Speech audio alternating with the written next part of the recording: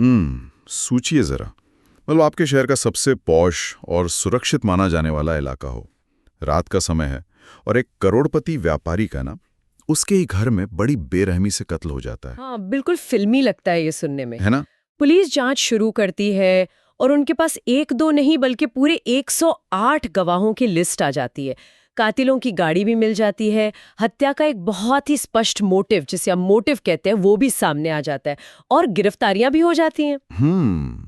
मतलब बाहर से देखने पर तो यही लगता है ना कि कातिल अब सीधा जेल के सलाखों के पीछे जाएंगे। बिल्कुल, लेकिन अदालत के चौखट पे पहुंचते ही ये पूरा का पूरा मामला पलट जाता है और जो आरोपी हैं वो शान से बरी हो जाते हैं। यही तो इस पूरे केस के सबसे हैरान करने वाली बात है। हाँ, तो आज हम इसी गहरे विषय पे चर्चा कर रहे हैं। हम सूरत के उस कुख्यात दीक्षित जरीवाला हत्याकांड की फाइलों की धूल झाड़ रहे हैं, जहां जहां सबूतों से ज्यादा ना सिस्टम की खामियां और कानूनी दांवपेच बोलते हैं। सही कहा।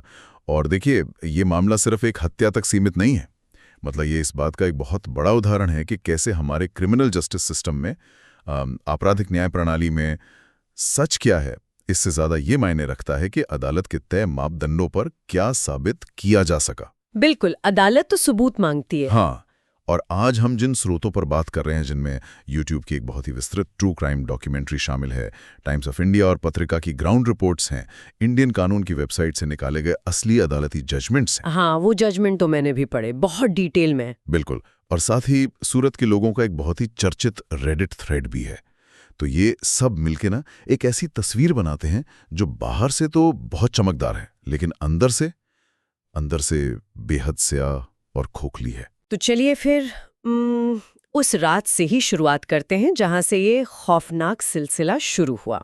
तो बात है 26 और 27 जून 2016 की दरमियानी रात की।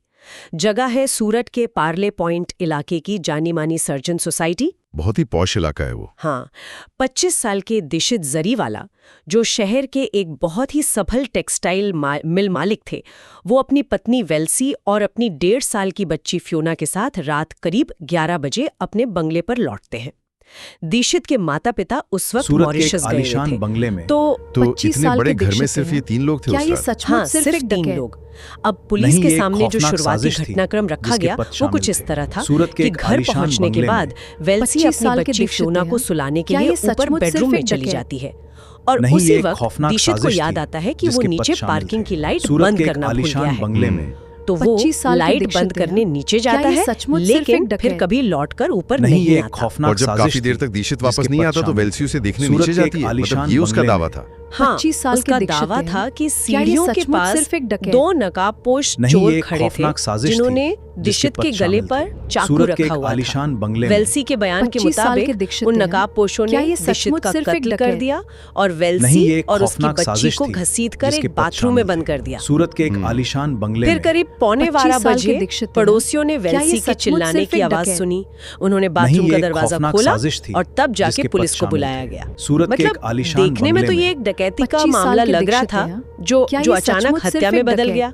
देखिए, ऊपरी तौर पर ये एक साधारण डकैती लग सकती है, लेकिन जैसे ही पुलिस ने क्राइम सीन की छानबीन शुरू की ना, चीजें आपस में मेल नहीं खा रही थी। हाँ, मुझे भी दस्तावेजों में वो बातें पढ़कर काफी उलझन हुई। मतलब ये तो किसी बेहद